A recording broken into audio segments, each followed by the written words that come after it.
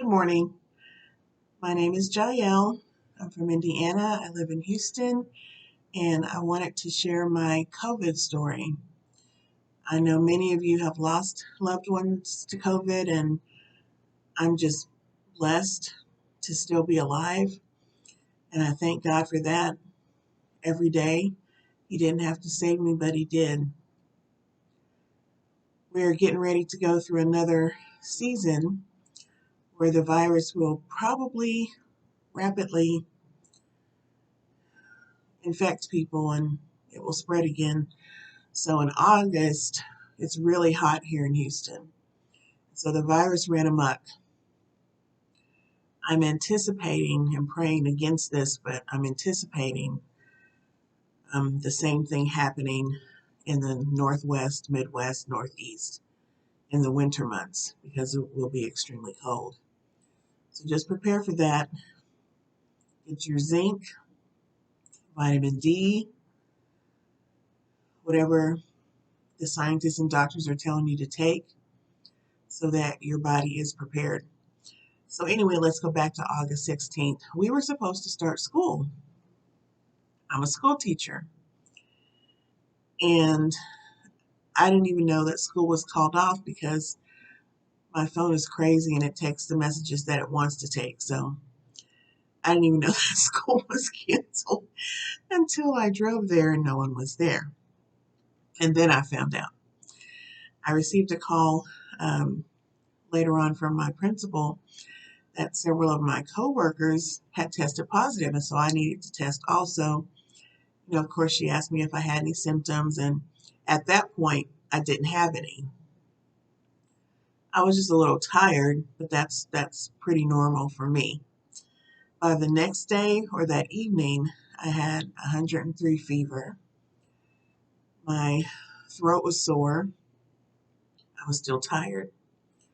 By Tuesday, the nonstop coughing and the problems with breathing started.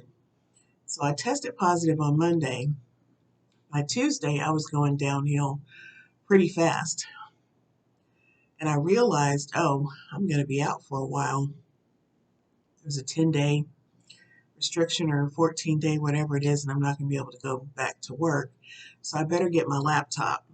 So I'm thinking, I don't want to infect anybody else. I called the registrar and asked her if she could get it for me and just maybe set it on top of my car. And then after she went back in the building, I would get the laptop and go back home and go back to bed. Well, when Wednesday morning came, y'all, I felt like I had had a stroke. I called her to let her know I was on my way.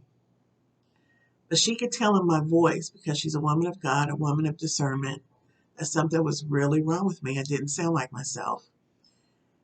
And she said, "Are you okay?" And I said, "No. Actually, after I leave you, I'm going to go straight to the hospital. I think I'm really, really sick." She said, "I'm going to follow you." And she did. And so I thank God for Tani because she had her own stuff going on with her family at that time and with illnesses, and she needed to be with them. But the Holy Spirit led her to be with me, and I thank God for that. So we get to the hospital. The waiting room is packed. It seemed like everybody in Houston had contracted COVID, this Delta variant. It was ridiculous. So many people. They had no beds. They had entire floors dedicated to COVID patients. That's how many of us there were. And this is just one hospital, and pretty much all of the hospitals were like that. I had to wait several hours to be seen. And thank God again that Tony was sitting there with me because I was getting pretty upset at this point. Not because I had to wait, but because I felt so bad and I just wanted to lie down and I just wanted to take something to relieve the coughing and just to be able to breathe. So we waited for a few hours and then my daughters couldn't get a hold of me. One went by my house, saw that I wasn't there, so she called me. And finally I answered and, "Where are you, Mama?" "I'm at the hospital." I mean, she was there lickety split. So Tony left. My oldest daughter, Shelby, came. She let Sydney, my youngest daughter, know what was going on. My hands were shaking so bad I couldn't even fill out the forms. Shelby filled them out for me. So let me back up to where Wednesday morning before I left the house. So I'm trying to breathe. I'm trying to write something, and I couldn't even write, y'all. It was like my brain was telling me to spell a word, but it just came out in scribble marks like a 3-year-old. I thought I had had a stroke. When I tried to walk to the car, it was like I had MS. My body would not cooperate with my brain telling my legs to lift and move. And I know that sounds crazy, but it was a very jerky walk. I had tremors. I was shaking. It wasn't chills. I've had chills. I've had the flu. This was something totally different. I had tremors. My whole body was having some sort of out of body experience. So my daughter Shelby gets there. I had the most wonderful nurse, Deborah, who took her time with me. And people were rushing her because there were a lot of people in the waiting room. But when she got to me, she took her time and she really helped me. And once I had that oxygen, y'all, it was like the whole world changed because I could finally breathe. It's a terrible feeling not to be able to breathe and catch your breath. So we went through all of that. Take your temperature, swab me again to make sure I really do have COVID, start drawing blood, all that good stuff. They're ready to move me back into an emergency room. So my daughter Shelby has to leave. And the look on her face, y'all, I've never seen my child look like that. She looked at her mama like she was never going to see me again. That was difficult because I didn't know if she was ever going to see me again either. I really didn't. I'm in the emergency room overnight. In fact, I spent a day and a half, almost 2 days in there because there were no beds. I had multiple people working on me day and night, checking on me. And that first round of blood tests came back that my kidneys were failing.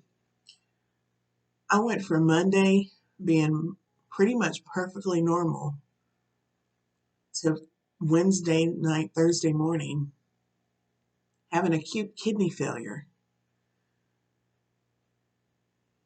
I had leukocytosis, which is too many white blood cells. That was affecting my liver.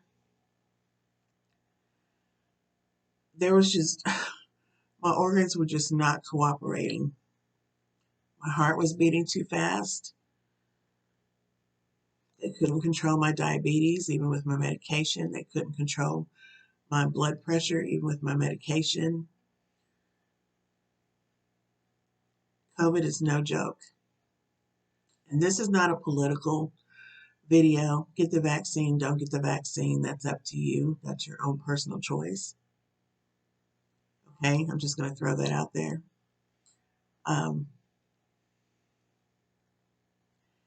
It was a hot mess. I've been in the hospital before, so I know how often they check on you. They checked on me so much, y'all, and I appreciate that. It had to have been every 2 hours. Somebody was poking on me, drawing blood, making sure I didn't have blood clots, seeing if my oxygen needed to be increased. And the scariest part, y'all, and I'm pretty private and I'm a loner and I'm okay being alone, but when you're that sick in a hospital, you'd like to have a friendly face from church, a family member, a chaplain, someone come and visit you and talk to you and comfort you and give you encouragement. You don't get that when you have COVID. It's very difficult to walk that road alone. Yet I had Jesus. I could pray. That's about all I could do. I couldn't even lift the phone because I was weak. I know that sounds lame, but I was that weak. try to get to the phone, either the hospital phone or my own cell phone was a chore. To try to talk was next to impossible. As soon as I started talking, I would start coughing. I was out of breath that fast. Um,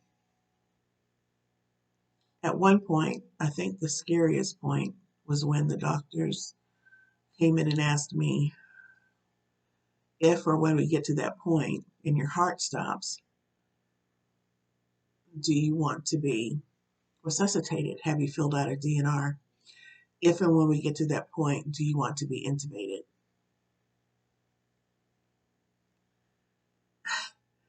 I just couldn't believe they were asking me all these questions about how do I want to die, basically. That was a bit much. It threw me for a loop. I understand they had to do it, but I just wasn't expecting that, because so many people get COVID and they can stay home. They aren't hospitalized. And it seems like the ones who were hospitalized, all I would ever see on the news was they were there and then they were gone. Very few people make it out. So that didn't really give me any comfort. Them asking me all of those very serious questions kind of threw me. I had pneumonia. I said I had acute kidney failure. They couldn't control the two pre-existing conditions that I already had. I was starting to have problems with my liver. I was starting to have problems with my heart. What else? Respiratory distress, hypoxia, hypoxemia, which basically means you don't have enough oxygen in your cells or in your tissues. I had some really good nurses.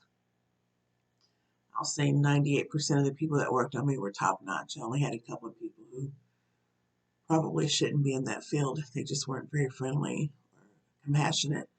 But I prayed for them because there must have been a reason. I don't know. Maybe they were having a bad day. I've never seen people work so hard. Those nurses and doctors, they need a raise. And the one doctor and the one nurse who I saw the most, they were determined that I was going to live. They were rooting for me. I could hear the one nurse talking to the other nurse, and she would say, "Well, why haven't you done this, or why don't you do that?" And she said, "No, that she's going to make it. I want her to make it. I want her to walk out of here. She's going to make it. So I'm not doing that. I'm not going to treat her like she's not going to live." And I appreciate that. And the very young doctor that I had, he must have been 20 something, y'all. He was determined that I was going to live.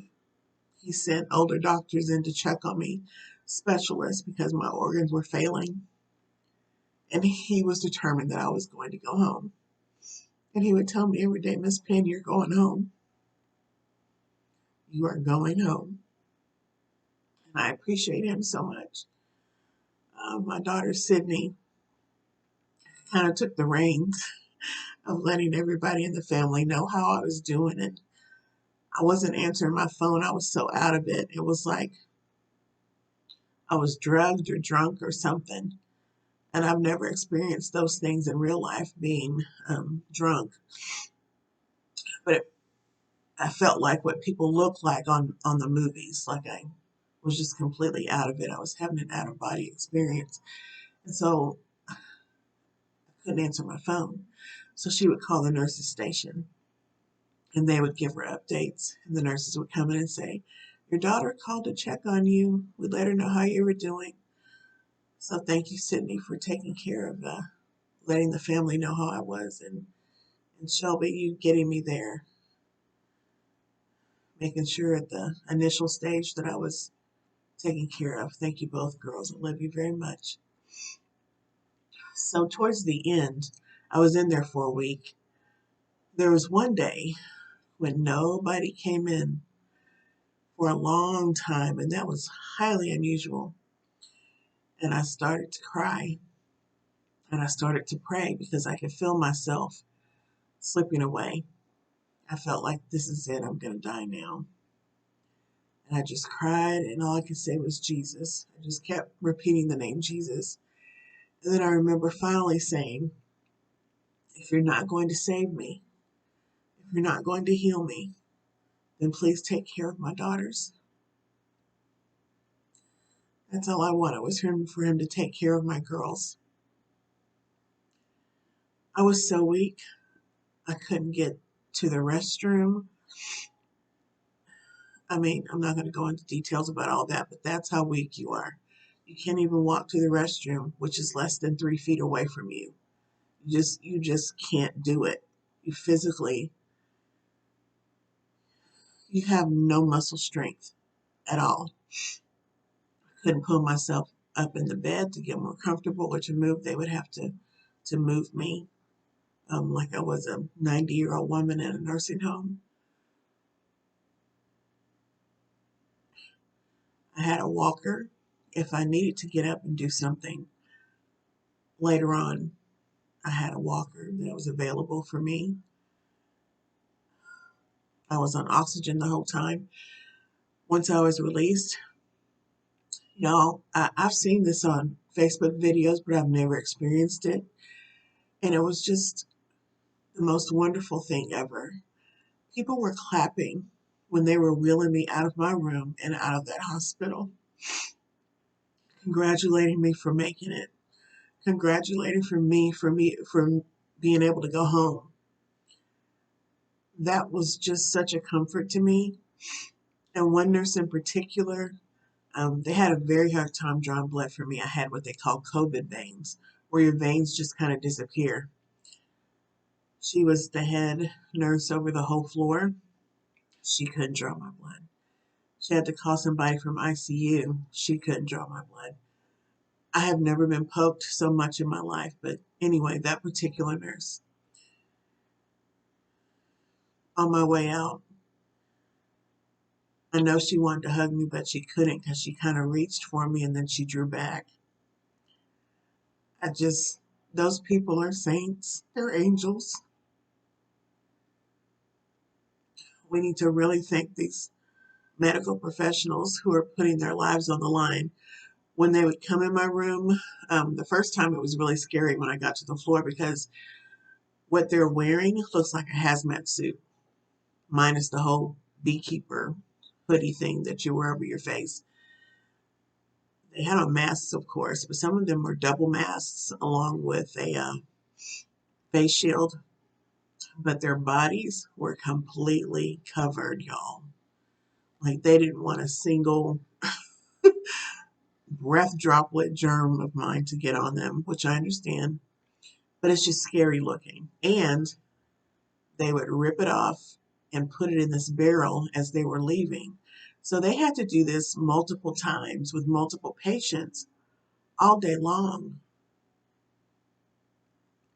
I just don't know how they were standing, how they were pleasant, how they were thinking, able to think. These people were worked to the bone, and I saw what they did just for me. And I have no idea how many patients each nurse had, each doctor had, but I'm sure it was a lot because that hospital was to capacity. So thank God for the medical professionals.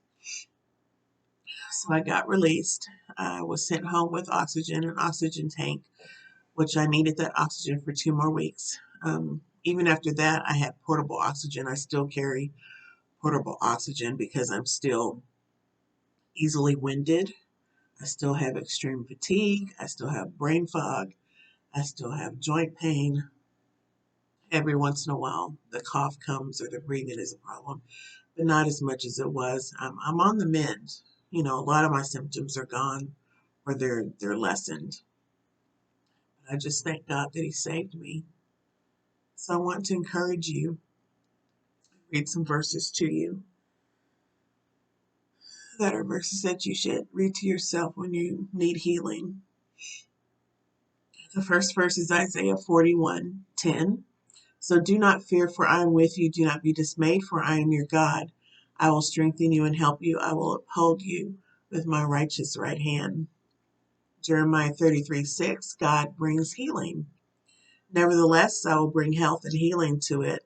I will heal my people and will let them enjoy abundant peace and security. John 14:27, peace I leave with you, peace I give you. I do not give to you as the world gives. Do not let your hearts be troubled and do not be afraid. Matthew 11:28-30, come to me, all you who are weary and burdened, and I will give you rest. Take my yoke upon you and learn from me, for I am gentle and humble in heart, and you will find rest for your souls. For my yoke is easy and my burden is light. It's really important for you to be able to encourage yourself if you get into a situation where you have COVID and you are alone, isolated at home or in a hospital, because nobody's coming to see you. No chaplains, no family members, just the medical professionals. It has to be that way, obviously, for safety. And I'll tell you, I know at least twice, I don't know if it was the Lord touching me or an angel, but twice I felt someone touch me and no one was in the room. Nobody.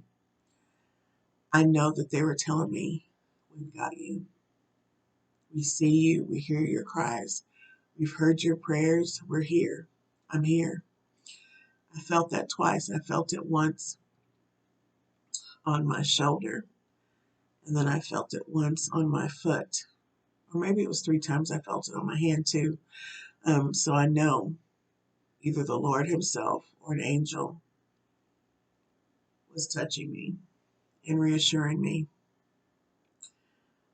So that's my COVID story.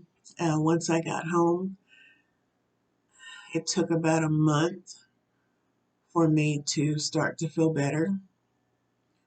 I am still, like I said, having symptoms, but it took a month for me to be able to, I'm just going to be transparent, cook a meal, really bathe myself and get fully dressed, walk further than 10 feet. I still can't climb stairs without getting winded. To be able to drive the car and feel confident and safe in what I was doing. All of that took about a month. When I got home, I still couldn't breathe well. My oxygen level was still low, but it wasn't low enough to keep me in the hospital because there were so many people worse off than me. Y'all, it's a scary feeling to hear code blue all day long. And to hear people who sound worse than you when your cough is horrific and your breathing is horrific. And to hear somebody across the hall that sounds worse than you, it's not a good feeling. I've never heard code red, code blue, code yellow, just all day long, all day, all night. And you hear nurses running and you hear wheels, things being carted to people's rooms quickly in the middle of the night.